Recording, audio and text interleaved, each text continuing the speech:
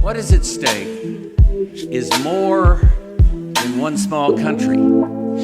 It is a big idea, a new world order, where diverse nations are drawn together in common cause to achieve the universal aspirations of mankind: peace and security, freedom, and the rule of law.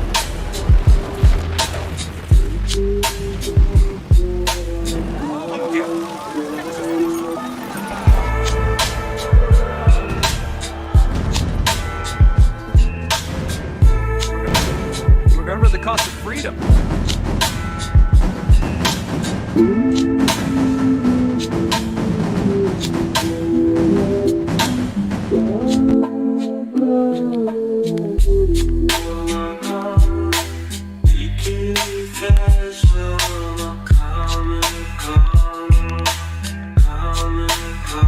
If we look at the Middle East, I think it's about time we stop, those of us who support, as most of us do, Israel in this body, for apologizing for our support for Israel. There's no apology to be made. None. It is the best $3 billion investment we make.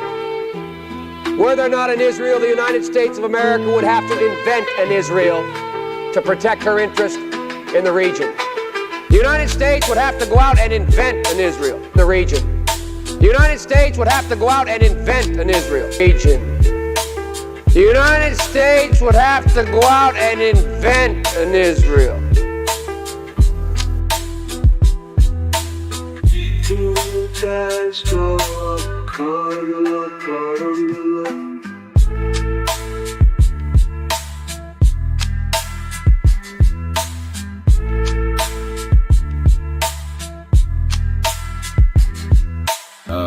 Peace family, before we get started, I need you to understand something really quick.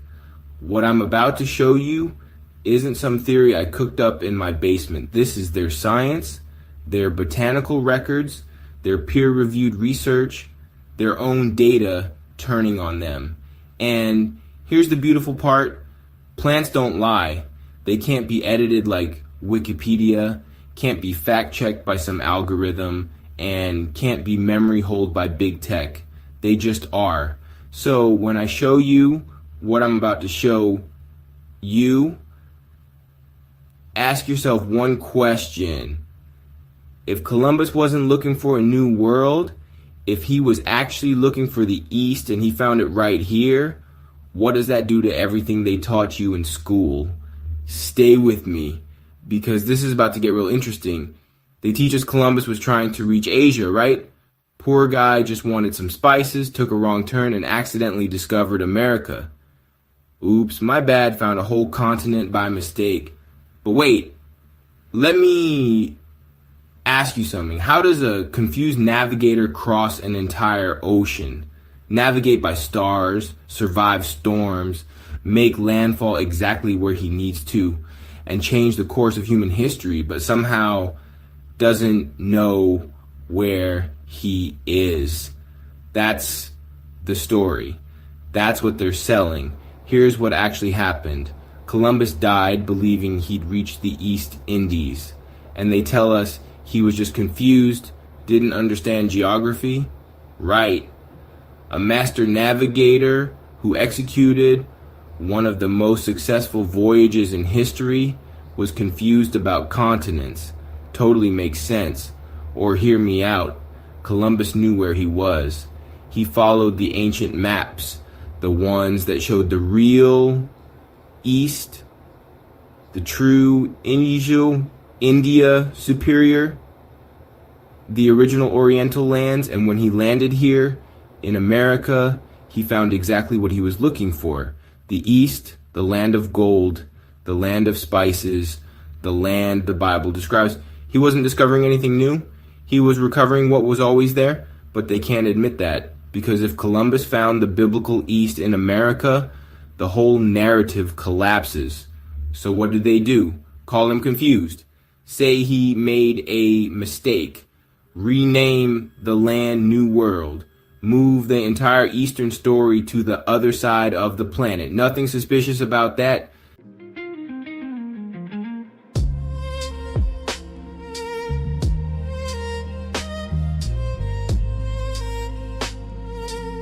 And in 1971, President Nixon declared Columbus Day a national holiday to be observed on the second Monday of October. And why? Because Columbus discovered America and proved that the earth was round. Except didn't need to. Greek mathematician Pythagoras suspected we were living on a sphere as early as the 6th century BC. And Aristotle backed him up 2 centuries later when he noticed the Earth's shadow could be seen during a lunar eclipse, sliding past the moon in miniature, and it was round. So why did Columbus bother getting off the couch at all? Money. In the 15th century, spices were a hot commodity. Traders shipping them between Asia and Europe could get rich quick. However, with the fall of Constantinople to the Turks, Europe lost its most popular route to the treasures of the East. Columbus realized his opportunity, become the first person to plot a western route to Asia and enjoy unprecedented glory and riches. Inconsistent maps made calculating routes difficult. Columbus finally charted a southwestern course he believed was short enough to keep him and his men from dying of starvation and thirst. Spain's Queen Isabella, eager to expand her empire, agreed to roll the dice on Columbus's route. So on that August morning in 1492, Columbus and his men sailed off in those famous ships, laden with hopes of finding their way to Asia, and making both Spain and themselves a heck of a lot of money. After a pit stop in the Canary Islands, the charted world was behind them. Columbus had been right not to trust existing maps, but he didn't realize that his own plotted course to Asia was short by nearly 10,000 miles. Luckily, a series of islands, the future West Indies, lay almost exactly where he believed India to be, and the relieved sailors made landfall. This is where things get tricky. We're still not sure of the exact location where Columbus first landed, but he was convinced he'd made it to India and declared the route successful. Mission accomplished. The Indians who greeted him were actually an indigenous people who had lived there for centuries. So the claim that Columbus discovered the Americas is only true from a European perspective. But as far as Columbus was concerned, he was right where he'd expected to be. In an exotic land full of natives and spices. Columbus returned to the Spanish court a hero. All were convinced the route was a success, and it surely was, but not as they'd expected.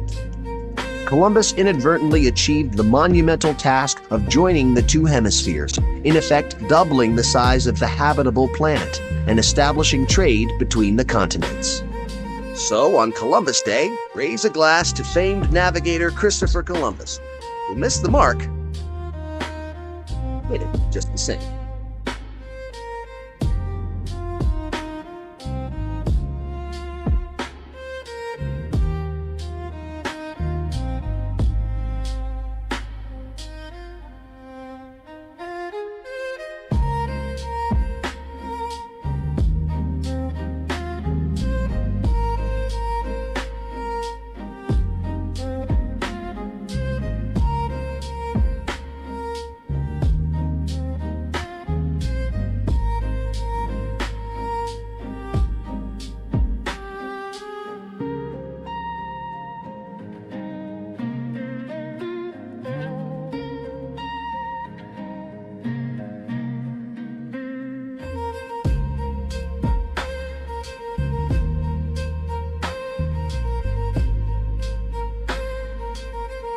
Completely normal historical documentation. Now I know what you're thinking, that's insane. Asia is Asia. America is America. Geography is geography. Cool, then explain this. Why do we call indigenous peoples Indians? Not Native Americans, not First Peoples. Indians. You think Columbus was just that stupid?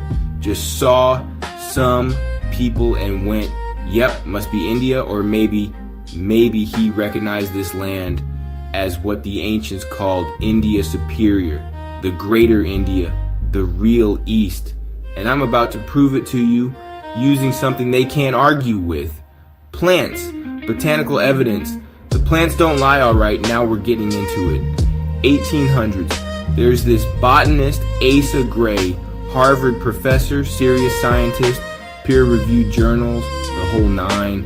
This man spent decades studying plant distribution across the entire world, and he discovered something that absolutely shook the scientific community. Ready? There are over 65 plant genera, that's whole families of plants that exist in only 2 places on Earth, Eastern North America and Eastern Asia, not Europe, not Western America, not Africa, not anywhere in between. Just those 2 spots, plants like magnolia, sassafras, ginseng, tulip trees, pawpaw, only Eastern North America and Eastern Asia, nowhere else. On here at Mountain Gardens, and that has to do with what I call the East-West connection. So we grow a lot of Chinese herbs and Chinese plants in general. There are a couple reasons for that. One of them we can see right here. So this is a map of ecoregions of the world. You can easily get to it from Wild World website or National Geographic. This is worldwildlife.org. It's available a lot of places. Just breaks down the whole world into ecoregions, which has to do with the temperature and moisture as it relates to plants growing. So here's the eastern United States, and here's East Asia. You can see the similarity because we're both about the same latitude, and there's ocean on the east and continental mass on the west, so that as the colors go to red and orange and then yellow, it's getting drier, more desert-like. The greens and darker blues are more moist, temperate climate. So very similar bioclimatic regions. This website is nice because here's a close-up of the eastern United States, and I had a close-up of China, but I seem to have misplaced it. There's the list of the ecoregions. So each ecoregion has a 2 or 3 page write-up, which talks about the main forest types, you know, some of the endangered species, ecological issues going on there. So, easy way to learn about different provinces of China. You can go into forests in certain parts of China, and every tree will be the same species as a tree here. But that's getting into another topic. So, we have 2 things going on here. One is that the growing conditions are very similar between East Asia and Eastern United States. You can actually get the climatic data for any point, like where you are on the East Coast, and find, there are websites and the research has been done, find places in China that have the identical climate. So that's one connection. But the second connection is that the plants are in fact in East Asia and Eastern North America are in fact related to each other botanically. This is called the Great Botanical Disjunction. And there are a number of papers. People have been studying this for 400 or 500 years. Botanists noticed early on this resemblance between many of the plants in East Asia and Eastern North America. So this article is called Timing the Eastern Asian, Eastern North American Floristic Disjunction. Molecular clock corroborates paleontological estimates. The Eastern Asian, Eastern North American floristic disjunction represents one of the most prominent intercontinental disjunctions of closely related species. Approximately 60 genera of seed plants display this disjunction. This physiographic pattern has attracted the attention of botanists since the time of Linnaeus. it's pretty obvious. So I have a list here of these 60 genera. Ginseng would be the most obvious one. You have Panax ginseng over there, Panax quinquefolius here. But as I started to say, you could go into forests in China and every tree will be the same genus as a tree here. There'll be oak, a maple, a cherry, a tulip poplar, a magnolia. They'll just be different species, same genus, different species. Then you look down on the herb layer and you can see black cohosh, Solomon seal, wild yam, ginseng, different species, same genus. So one of our goals is to grow the Chinese species and the North American species side by side, like Solomon seal, for instance. The Chinese Solomon seal is a very highly regarded longevity tonic. Our Solomon seal has not been used that way, but it might very well have such properties. In fact, the Solomon seal we have right here at Mountain Gardens and in eastern North America is the giant Solomon seal, and I think the Chinese would absolutely love it. It's a very auspicious plant, Solomon seal. So that's one of our goals, is to grow these plants side by side and also to study up on the similarities and differences. So I've got a list here of many of the genera that have a species in China and a species here. Calamus would be a good example. The Asian calamus is slightly different from the one in North America. Angelica. So one of the things I do, I have a class that I teach called Medical Botany that I teach in Asheville at Taoist Traditions College. And I have my students work on comparative papers where they compare the Asian species with the North American species in an effort to determine whether it could be used as a substitute medicinally or whether it should be used differently. Sometimes the conclusion is that we could use our species the same way the Chinese species is used, and other times it seems to be quite different. So at this point, I have a lot of folders. This is only letter A. So actually, I think Mountain Gardens has one of the largest accumulations of information on this topic of using our native herbs, and we're really trying to focus. Now here's where it gets fun. The official explanation, the one they teach in universities, is that millions of years ago, these plants spread across a land bridge.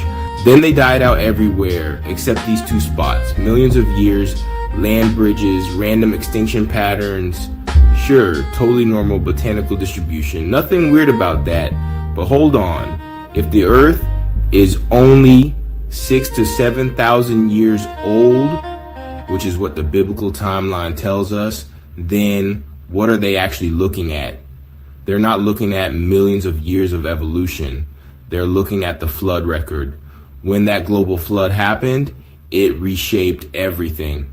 Deposited sediment layers, fossilized plants rapidly, created what they call geological eras, which is really just sorting from one catastrophic event. So when they say these plants evolved separately over millions of years, what they're really seeing is this. Plants that survived the flood in the true East, which is America, and plants that were taken from America to the Asian provinces when people migrated. You starting to see where I'm going with this? Let's talk about ginseng. Panax quinquefolius. The Chinese call it ren shen. You know what that means? Man root. Because the root looks like a human figure. The Iroquois, right here in America, call it Garant Ogan. Same. Exact. Meaning. Man root. Now the official story says Chinese traders brought ginseng knowledge to America. Right. So the Chinese traveled across an ocean to teach the Iroquois about a plant that grows in their own forests. Makes total sense. Let me give you the actual timeline. American ginseng was discovered by Europeans in 1716 near Montreal, but indigenous peoples had been using it for thousands of years.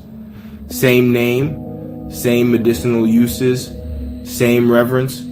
So which makes more sense? The Chinese crossed the ocean to teach Americans about American plants, or the legend of the man root started in America with the Iroquois and got carried east when people migrated. The plant is native to America. The indigenous knowledge is older. The name is identical, but I'm sure that's just a coincidence. Nothing to see here. Now let's talk about something they really don't want you looking into. Fusang. Ancient Chinese records, we're talking texts from over 1500 years ago, describe a land called Fusang to the east of China. They describe trees with edible fruit, bark used